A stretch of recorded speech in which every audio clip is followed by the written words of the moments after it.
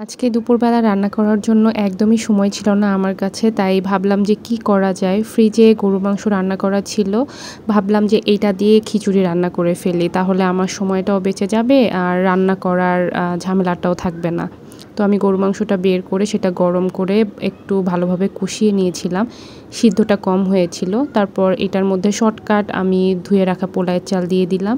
আর কয়েকটা গোটা মসলা দিয়ে দিয়েছি। ভাবলাম যে একটু মসলা দিলে সেন্টটা ভালো বের হবে। পরিমাণ মতো লবণ দিলাম, একটু হলুদ দিলাম। যেহেতু খিচুড়ি একটু রং না হলে ভালো লাগে না। তারপর সরিষার তেল দিয়ে দিলাম। খিচুড়িতে সরিষার তেলের যে ঘ্রাণটা এটা আমার খুবই ভালো লাগে। গরম পানি দিয়ে দিলাম, ফুটন্ত গরম পানি। তাহলে খিচুড়িটা আর কি ঝরঝরা হবে। তারপর এই তো ঢাকনা দিয়ে একটু পরে তুলে প্রায় হাফ ডান হয়ে গেছে। একটু নেড়েচেড়ে দিলাম, লবণটাও চেক করলাম যে ঠিক আছে কি না। তারপর গোটা কয়েকটা কাঁচামরিচ দিয়ে দিলাম। একটু নেড়েচেড়ে তারপর আবার দমে বসিয়ে দিলাম।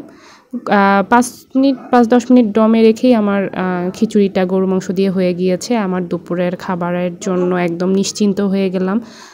কারণ আমি বাইরে যাব, খুবই তাড়াহুড়োর মধ্যে ছিলাম। তো এই ছিল আমার গরুর মাংস দিয়ে খিচুড়ি। খিচুড়িটা বেশ মজা হয়েছিল।